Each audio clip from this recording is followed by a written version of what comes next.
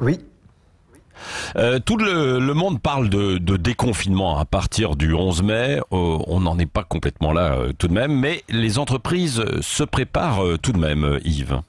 Oui, et pour certaines qui avaient fermé leurs portes et leurs usines, c'est déjà le cas. On le voit dès ce matin avec le site de Toyota à Valenciennes qui rouvre donc aujourd'hui. Et comme pour les services publics, l'école, les transports, la priorité est évidemment donnée à la protection des salariés.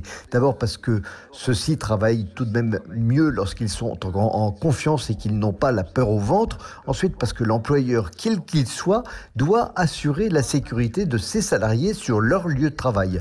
Donc certaines reprises d'activité se font avec bien sûr des sas de décontamination avec gel hydroalcoolique, masque et distance de sécurité. Oui, c'est ça. Et sans défiance de la part des salariés.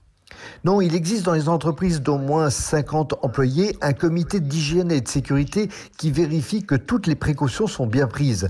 Par ailleurs, après plus d'un mois de chômage partiel, et je vous rappelle que la ministre a indiqué hier que près d'un Français sur deux du secteur privé se trouve actuellement en situation de chômage partiel. Donc après plus d'un mois de chômage partiel qui leur a fait perdre du pouvoir d'achat, eh bien les salariés sont heureux de retrouver leur vie d'avant. Et puis même si chacun de nous peste sur ses conditions de travail, eh bien on est quand même content de sortir de l'état de confinement. Il reste que encore très peu d'entreprises peuvent rouvrir, car pour cela, encore faut-il qu'elles aient le droit et ensuite qu'elles aient des clients. C'est courageux pour Toyota d'avoir réouvert ce matin, à la différence de PSA qui s'apprête tout de même à le faire, ou de Renault, car produire des voitures c'est bien, mais les vendre c'est mieux et c'est compliqué.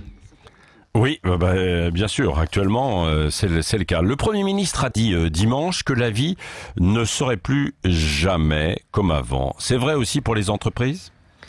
Pour une grande majorité d'entre elles qui ont été affectées, effectivement, ce sera le cas. Elles vont se retrouver plus endettées à cause des aides de l'État à rembourser. Certaines vont mesurer qu'elles peuvent ou qu'elles doivent couper dans leurs effectifs.